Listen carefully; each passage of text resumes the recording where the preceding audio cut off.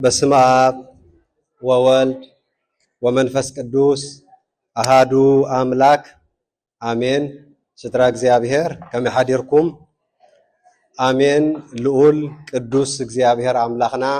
ስሙ ንዘለዓለም ይኽበር ይመስገን። አንትሙሰ ንበሩ ሃገረ ኢየሩሳሌም እስከ ትለብሱ ኃይል እምአርያም። ናይ ቅዱስ ሉቃስ ወንጌል ምዕራፍ 24 ቁጽሪ 49 ጎይታናን አምላኽናን መድኃኒናን ኢየሱስ ክርስቶስ ንቅዱሳን ደቀ መዛሙርቱ ዝተዛረቦ ኃይለ ቃል እዩ። ናይ ዕለቱ ወንጌል ከም ሰማዕኩሞ ናይ ሉቃስ ወንጌል ምዕራፍ 24 ካብ ቁጽሪ 45 ጀሚሩ ክሳብ ፍጻሜ ዝተነበ ንሱ ድማ እዚ እቲ ከምሳኻትኩም ከለኹ ኣብ ሕጊ ሙሴን ነቢያትን መዝሙራትን ብዛዕባይ ዝተጻሕፈ ኩሉ ክፍጸም ግዲ ኢለ ዝነገርኩኹም ነጊረኩም ዝነበርኩ ቃለ እዩ በሎም። ጎይታናን አምላኽናን መድኃኒናን ኢየሱስ ክርስቶስ ድሕሪ ካብ ሙታን ተፈልዩ ምትንስኡ ንደቀ መዛሙርቱ ን40 መዓልቲ ዝኣክል ኣብ ዝተፈላለየ ቦታ ብዝተፈላለየ ነገር እንዳተረኣዮምን እንዳኣስተምሃሮምን ትንሳኤኡ ይገልጸሎም ነይሩ። ጎይታ ኣብ ውሽጢ እዚ 40 መዓልቲ ንደቀ መዛሙርቱ ትንሳኤኡ ናይ ብሓቂ ግሁድ ምዃኑ ክሳብ ምስኣቶም ኣብ መኣዲ ኮፍ ኢሉ መግቢ ብምብላዕ ከይተረፈ እዩ ኣረጋጊጹሎም። ስድራ እግዚአብሔር ጎይታናን አምላኽናን መድኃኒናን ኢየሱስ ክርስቶስ ድሕረ ትንሳኤ 40 መዓልቲ ኣብ ምድሪ ክጸንሕ ከሎ ንደቀ መዛሙርቱ ጸሎተ ኪዳን እንዳመሃረ ትምህርተ ሁብኣት እንዳመሃረ ናይ ቤተ ክርስቲያን ስርዓት እንዳመሃረ ካብ ትትርክና ክሳብ ክህነት ዘሎ ናይ ቤተ ክርስቲያን መዓርግ ንደቀ መዛሙርቱ ዓዲሉ እዩ ካብኣቶም ዓሪጉ። ስድራ እግዚአብሔር ሽዑ ነተን ጽሑፋት ከስተውዕልወን ኣእምሮኦም ከፈተሎም። ከብዚ ከኣበሎም ክርስቶስ ሓሳረ መከራ ክቕበል ብሳልሰይቲ መዓልቲ እውን ካብ ሙታን ክትንስ እዩ። ብስሙ ከዓ ንስሓን ሕድገት ሓጢኣትን ካብ ኢየሩሳሌም ጀሚሩ ኣብ ኩሉ ኣሕዛብ ክስበኽ እዩ። ናይዚ ነገራት እዚ መሰኻኽር ንስኻትኩም ኢኹም ኢልዎም። መጀመርያ ነቲ ዝሓለፈ ነገር ነቲ ናይ ነቢያት ትንቢት ብዛዕባኡ ዝተነበይዎ ነቲ ኣብ ክርስቶስ ክወርድ ዝነበሮ እሞ ዝወረደ እሞ ነቲ ሞት ንሱ ኣሸኒፉ ዝተንስኦ ኣብሪሁ ገሊጹ ደጋጊሙ ይነግሮም ኣሎ። ፍጹም ጥርጣሪኦም ንኸወግድ ስድራ እግዚአብሔር እዚ ኩሉ ነገር ክኸውን ግድን እዩ። ኣቐዲመ ነጊረኩም እየ። ናይ ነቢያት እውን ጽሑፍ እዩ። እቲ ነቢያት ዝተነበይዎ ትንቢት ክፍጸም ግድን እዩ። እንሆ ከዓ ድሕሪ ስቃይን መከራን ሞትን መቃብርን ድሕሪ 3 መዓልትን 3 ለይትን ብስልጣኑ ወዲ ኣምላኽ ካብ ሞት ከም ዝትንስእ ነጊረኩም ነይረ። እንሆ ከዓ እዚ ኮይኑሎ። ስለዚ ብስሙ ከዓ ንስሓን ሕድገት ሓጢኣትን ካብ ኢየሩሳሌም ጀሚሩ ኣብ ኩሎም ኣሕዛብ ክስበኽ እዩ። እዚ ትንሳኤ እዚ ኣባኻትኩም ጥራይ ተሓፂሩ ዝተርፍ ዘይኮነ ካብ ኢየሩሳሌም ካብታ ቅድስቲ ከተማ ጀሚሩ ኣብ ኩሎም ኣሕዛብ ስለ ትንሳኤኡ ስለ ናይ ወንጌል ብስራቱ ክስበኽ እዩ። ናይዚ ነገር እዚ መሰኻኽር ከዓ ንስኻትኩም ኢኹም ኢልዎም። ምክንያቱ መን ይንገር ዝወዓለ እዩ ስድራ እግዚአብሔር። ልዕሊ ቅዱሳን ሐዋርያት ስለ ክርስቶስ ክነግር ዝኽእል ዋላ ሓደ የለን። ቅዱሳን ሐዋርያት ናይ ቃሉ ትምህርቲ ሰሚዖም ናይ ኢዱ ተኣምራት ሪኦም ስቃዩ ሪኦም ኣብ ዝወዓሎ ውዒሎም ኣብ ዝሓደሩ ሓዲሮም ኩሉ ነገር ገዲፎም እስተኸተልዎ ልዕሊኦም ማንም ምስክር ስለሱ የለን ነዚዩ ናይዚ ነገር እዚ መሰኻኽር ከዓ ንስኻትኩም ኢኹም እንሆ ኣነ ተስፋ ኣቦይ ክሰደልኩም እየ ንስኻትኩም ግና ሓይሊ ካብ ክሳዕ እትለብሱ ኣብ ከተማ ኢየሩሳሌም ጽንሑ ኢልዎም ኣነ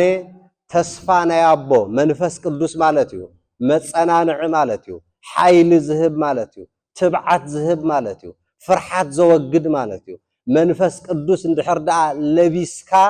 እግዚአብሔር ጥራሕ እንተዘይኮይኑ እምበር ምድራዊ ነገር ዘይሕስብ ብስጋ ክመጽእ ዝኽእል መከራ ፍርሒ ዘወግድ ሓይሊ ማለት እዩ እዚ ሓይሊ እዚ ናይ ኣቦ ሓይሊ እዩ ስድራ እግዚአብሔር ካብ ኣቦ መጸናንዒ ዝኸውን መንፈስ ቅዱስ ሓይሊ ክሳእ ዝልእኸልኩም ንስኻትኩም ግን ኣብ ኢየሩሳሌም ጽንሑ ካብኡ ኣይትውፁ ኢልዎም እዚ ዝብሎም ዘሎ ክርስቶስ ካብ ኢየሩሳሌም ክሳብ ቢታንያ ንደቀ መዛሙርቱ ሒዙ ኸይዱ እዩ ኢየሩሳሌም ማለት ቤተ ክርስቲያን ማለት እዩ ስድራ እግዚአብሔር ንደቀ መዛሙርቱ ካብ ቤተ ክርስቲያን ከይትፍለዩ ቤተ ክርስቲያን ንስኻትኩም ኢኹም ንዓኻትኩም ዝህበኩም ዘለኹ ክህነት ንዓኻትኩም ዝህበኩም ዘለኹ ጸጋ ስልጣን ንህዝበይ እትጓስይሉ ንህዝበይ እትናብይሉ ኣብ ቤተ ክርስቲያን ኮይንኩም እሞ ካብ ቤተ ክርስቲያን ከይትወፁ ኣብ ኢየሩሳሌም ጽንሑ ሓይሊ ክትለብሱ ኢኹም ብድሕሪኡ ከዓ ብሓይሊ ብምሉእ ስልጣን ነቲ ናተይ ወንጌል ኣብ ኩሉ ዓለም መሰኻኽር ኮይንኩም ከተብጽሕዎ ኢኹም ኢልዎም ሽዑ ኢየሱስ ንወፃኢ ክሳብ ቢታንያ ኣውጾም ኢዱ ኣልዒሉ እውን ባረኾም ንደቀ መዛሙርቱ ቅድሚ ዕርገቱ ኢዱ ኣልዒሉ ባረኾም ሎሚ ኣብ ቅድስቲ ቤተ ክርስቲያን ኣቦታት ካህናት ኣብ ግዜ ቅዳሴ ኢዶም ኣልዒሎም ኣብ ፍርቂ ቅዳሴ ዝባርኹ ኣብ መወዳእታ ቅዳሴ ኢዶም ኣልዒሎም ንህዝቢ ዝባርኹ ጎይታናን ኣምላኽናን መድሓኒናን ኢየሱስ ክርስቶስ ንደቀ መዛሙርቱ ብዘስተምሃሮም መሰረትን ብዝባረኾም መሰረትን ነቲ ስልጣን ንሱ ሒዞም እዮም ናይ እግዚአብሔር ህዝቢ ዝባርኹ ኢዱ ኣልዒሉ እውን ባረኾም ክባርኾም ከሎ ከዓ ካብኣቶም ተፈለየ ናብ ሰማይ እውን ዓረገ ይብል ናበይ እውን ዓረገ ናብ ሰማይ እውን ዓረገ ጎይታናን ኣምላኽናን መድሓኒናን ኢየሱስ ክርስቶስ ንደቀ መዛሙርቱ ካብኣቶም ክፍለ ክዓርግ ምዃኑ ብስጋ ክፍለዮም ምዃኑ ንኸዳልዎም እዩ ንቢታንያ ወሲድዎም እቲ ኩሉ ነገር ዝነገሮም ናይ ነቢያት ትንቢት ናይ ነቢያት ጽሑፍ ክፍጸም ግድን እዩ ዝበሎም ስለዚ ብኢዱ እንዳባረኾም ከሎ ንሰማይ ዓረገ ካብኣቶም ተፈልየ ደመና ከዓ ሰወረቶ እዚ ደቀ መዛሙርቱ ብዓይኖም እንዳረኣዩ ንሳቶም ከዓ ሰገድሉ ብብዙሕ ሓጎስ እውን ናብ ኢየሩሳሌም ተመልሱ ጎይታናን ኣምላኽናን መድሓኒናን ኢየሱስ ክርስቶስ ኣብ ዮሐንስ ወንጌል ምዕራፍ 3 ቁጽሪ 13 ኒቆዲሞስ ንዝበሃል ናይ ኣይሁድ ሓለቓ መምህር ዝነበረ ሰብ ብጀካ እቲ ካብ ሰማይ ዝወረደ ወዲ ሰብ ናብ ሰማይ ዝዓረገ ሓደ እኳ የልቦን ኢሉ ቅድሚ ዕርገቱ እንታይ ገይርዎም ነይሩ ነጊርዎም ነይሩ ብጀካ እቲ ካብ ሰማይ ዝወረደ ናብ ሰማይ ዝዓረገ ሓደ እኳ የልቦን ስለዚ ሐዋርያት ዋላ እኳ ብምሉእ ልቦም ተዳልዮምሉ ኣይጽልሑ እምበር ኣይኮነን ንሳቶም ካብኣቶም ርሑቕ ዝነበሩ ናይ ኣይሁድ መምሃራን እኳ ይፈልጡ ተነጊርዎም ነይሮም እዮም ክርስቶስ ካብኣቶም ተፈልየ ንሳቶም ከዓ ንኣምላኽ ኩሉ ሰዕ ኣብ ቤት መቕደስ ኮይኖም የመስጉኑ ነበሩ ምስ ዓረገ ምስ ባረኾም መጸናንዒ መንፈስ ቅዱስ ክሰደልኩም እየ ምስ በሎም ንሳቶም ኣብ ቤተ መቅደስ ኮይኖም ኩሉ ሰዕ ንመን የመስጉኑ ነይሮም ንእግዚአብሔር የመስጉኑ ነይሮም እንታይ ኢልዎም ክርስቶስ ሓይሊ ካብ ላዕሊ ክሳብ ትለብሱ ካብ ኢየሩሳሌም እንታይ ትግበሩ ኣይትውፁ ኢልዎም ካብ ቤተ ክርስቲያን እንድሕር ደኣ ወፂና ህይወት የብልናን ካብ እግዚአብሔር እንድሕር ደኣ ተፈሊና እንታይ የብልናን ህይወት የብልናን እዚ ወንጌል እዚ ዝጸሓፈ ቅዱስ ሉቃስ ካብቶም 72 ኣርድእቲ ዝበሃሉ ሓደ እዩ ኣብ ግብረ ሐዋርያት እውን ንሱ ዝጽሓፎ መጽሓፍ እዩ ምዕራፍ 1 ካብ ቁጽሪ 1 ጀሚሩ ኦ ቴዎፍሎስ ይብል ኣብቲ ቀዳማይ ጽሑፈይ ብዛዕባ እቲ ኢየሱስ ካብ መጀመርታ ሒዙ ክሳዕታ ንሰማይ ዝዓረገላ መዓልቲ ዝገበሮን ዝመሃሮን ኣዘንትየልካ ነይረ ቅዱስ ሉቃስ ንወዲ መዝሙር እዩ ዝነግሮ ዘሎ ኣብቲ መጀመርያ ጽሑፈይ ኣብቲ ናይ መጀመርያ መልእኽተይ ብዛዕባ ኢየሱስ ክርስቶስ ካብቲ መጀመርያ ኣትሒዙ ዝገበሮ ክሳብ ዕርገቱ ዝነበረ ኩሉ ነገር እንታይ ገረካ ኣዘንትየልካ ነይረ ንሰማይ ቅድሚ ምዕራጉ ነቶም ዝሓረዮም ሐዋርያት ብሓይሊ መንፈስ ቅዱስ ኣዘዞም ቅድሚ ምዕራጉ ደቀ መዛሙርቱ እንታይ ኢልዎም ብሓይሊ መንፈስ ቅዱስ ኣዘዞም ብስልጣን ኣዘዞም እንታይ እንዳበለ ብድሕሪ ሕማማቱ ን40 መዓልቲ ዝኣክል እናተራእዮም ብዛዕባ መንግስቲ ኣምላኽ ነገሮም ብብዙሕ ዘየጋጊ መረዳእታ ሕያው ከም ዝኾነውን ገዛእ ርእሱ ኣርአዮ 40 መዓልቲ ጸንሐ ንደቀ መዛሙርቱ እንዳስተምሃረ ደቀ መዛሙርቱ ፍጹም ከኣምኑ ትንሳኤኡ ፍጹም ልቦም ክጸንዕ ስልጣን ጥራሕ ሂቡ ዘይኮነ ክገድፎም ኣስተምሂሩውን ክገድፎም ስለ ዝደለየ ጸሎተ ሽዳን ኣብ ውሽጢ ዛ 40 መዓልቲ እዚ ብዝተፈላለየ መንገዲ እንዳተገልጸ ምሂርዎም ትምህርተ ህቡኣት ዝበሃል ናይ ቤተ ክርስቲያን ትምህርቲ ኣብ ውሽጢ ዛ 40 መዓልቲ እዚዩ ምሂርዎም ምስጢር መንግስተ ሰማያት ኣስተምሂርዎም ስርዓት ናይ ቤተ ክርስቲያን ኣስተምሂርዎም ስልጣን ክህነት ከዓ ሂብዎም ብሓይሊ መንፈስ ቅዱስ ኣዘዞም ብዘየጋጊ መረዳእታ ሕያው ከም ዝኾነ ገዛእ ርእሱ ኣርአዮም ንስኦም ኣብ መዓዲ ተቐሚጡ ከሎ ከዓ ከም ዝስዕብ እናበለ ኣዘዞም ነቲ ኻባይ ሰማዕኩምዎ ናይ ኣቦ ተስፋ ተጸበዩ እምበር ካብ ኢየሩሳሌም ኣይትውፁ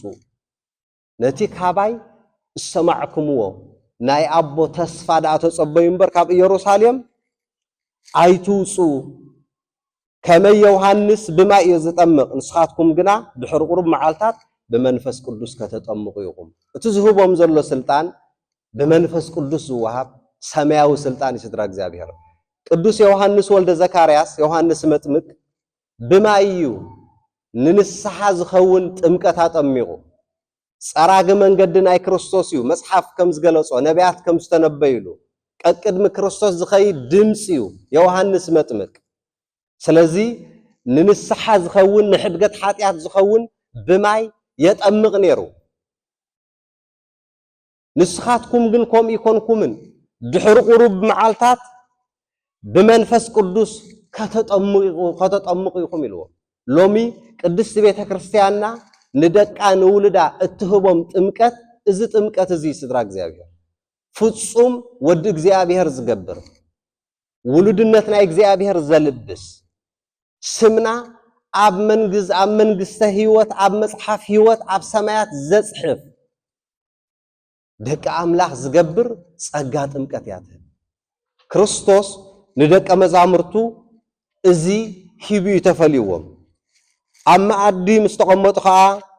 ጎይታ ኣብዚ ግዜ ዝሪኻ ንእስራኤል መንግስቲ ተቁመላ እንዳበሉ ሓተትዎ ስለዚ ዘይተዋሃበኩም ነገር ኢሉ ጥራሕ ስለዝተዋሃቦም ነገር ነጊርዎም ስድራ እግዚአብሔር ጎይታናን ኣምላኽናን መድሓናን ኢየሱስ ክርስቶስ ስለምንታይ እዩ ዓሪጉ ስለምንታይ እዩ ተወሊዱ ትንቢት ነቢያት ንኽፍጸም ስድራ እግዚአብሔር መጀመርያ ናብዛ ምድሪ እዚኣ ዝመጸላ ፍቅሪ ሰሓቦ ለወልድ ወኣብጽሖ እስከ ለሞት ናይ ደቂ ሰባት ፍቅሪ ስሒብዎ በደል ደቂ ሰባት ንኸጥፍእ ኃጢአት ደቂ ሰባት ንኸጥፍእ ናይ ዲያብሎስ መንግስቲ ንኸፍርስ ህዝብን ኣሕዛብን ኩሎም ናቱ ንኽገብር ተወሊዱ ነቢያት ተነቢዮም ክውለድ ምዃኑ ከዓርግ ምዃኑ እውን ነቢያት ተነቢዮም እዮም ስለዚ ዝዓረገሉ ምስጢር ንምንታይ እዩ ትንቢት ንኽፍጸም መጀመርያ ነቢየ እግዚአብሔር ቅዱስ ዳዊት ኣብ መዝሙር 47 ቁጽሪ 5 አርገ እግዚአብሔር በይባብየ ወአምላክነሂ በቃለ ቀርን ዘምሩ ለአምላክነ ዘምሩ እንዳበለ ትንቢት ተነብዩ እግዚአብሔር ብድሃይ መለኸት ብእልልታ ዓረገ እግዚአብሔር ብዝማሬ ዓረገ ንእግዚአብሔር ንአምላኽና ንፈጣሪና ዘምሩ ንንጉስና ንፈጣሪና ዘምሩ ንሱ ንጉስ ናይ ኩላ ምድሪ እዩ ኢሉ ዳዊት ተነብዩ ነይሩ እዚ ትንቢት እዚ ንኽፍጸም ዓሪጉ ደቀ መዛሙርቱ ክዓርግ ከሎ ብምስጋና እንዳሰገዱ ደመና ካብ ቅድሚኦም ክሳብ ትስውሮ እንታይ እዮም ገብሩ ነይሮም የመስጉኑ እዮም ነይሮም እንዳተባረኹ ክልተ ሰብኣይ ኢሉ ቅዱስ ሉቃስ ተቂስዎም ዘሎ መላእክት ብርሃን ለቢሶም ተገሊጾምሎም እዮም ደቀ መዛሙርቱ እንታይ ኢኹም ትርእዩ ዘለኹም አንቱም ሰብ ገሊላ ንሰማይ አንቃዕርርኩም ኢሎሞ ክዓርግ ከሎ ክርእዩ ከለዉ ከምዚ ሕጂ ትርእይዎ ዘለኹም እንዳረኣኹም መዝዓረገ ወዲ ሰብ ከምኡ ኢሉ ከዓ ዳግም ከመጽ ኢሎሞም ስድራ እግዚአብሔር ንምንታይ መላእክት ኣብ ግዜ ልደቱ ነይሮም እዮም መጹ መላእክት ናይ እግዚአብሔር ምስ ሰብ ኮይኖም ኣመስጊኖም እዮም ብድንገት መላእክት ምስቶም ጓሶት ተሓዊሶም ኣመስጊኖም እዮም ወንጌል ክምህር ከሎ ኣይተፈለይዎን ኣብ ገዳመ ቀሮንጦስ ክጸውም ከሎ ኣይተፈለይዎን ኣገልግሎም እዮም ኣብታ ናይ መወዳእታ ሰዓት ቅድሚ ምትሓዙ ኣብ ጀተሰማኒ ደቀ መዛሙርቱ ሒዙ ክጽሊ ከሎ ናይ እግዚአብሔር መልአክ የጸናንዖ ነይሩ ይብል ክዓርግ ከለዉ እንታይ ነይሮም መላእክት ነይሮም ኣብ ትንሳኤኡ ናይ መጀመርያ ዝረኣየቶ ማርያም መግደላዊት መላእክቲ ተራእዮም እዮም ስለዚ ኣብ ዙርዩ መላእክቲ ተፈለዩ ነይሮም ደቀ መዛሙርቱ ነዚር እዮም ዝዓረገሉ ንሱውን ትንቢት ንኽፍጸም ዓሪጉ ስድራ እግዚአብሔር ካልእ ዝዓረገሉ ምስጢር ንዓና ስፍራ ንኸዳልወልና ስድራ እግዚአብሔር ንዓና እንታይ ከዳልወልና ስፍራ ንኸዳልወልና ናይ ዮሐንስ ወንጌል ምዕራፍ 14 ካብ ቁጽሪ 1 ጀሚሩ ልብኹም ኣይሸበር በአምላኽ እመኑ ብእግዚአብሔርን እመኑ ሕጂ ግና ስፍራ ከዳልወልኩም እኸይድ ኣለኹ ከመይ ስፍራ መሰዳለኹልኩም ኣብታ ኣነ ዘለኽዎ ንስኻትኩም ኣብኡ መታን ክትህሉ በአምላኽ እመኑ ልብኹም ኣይሸበር ብእግዚአብሔር በአምላኽ እመኑ በአይውን እመኑ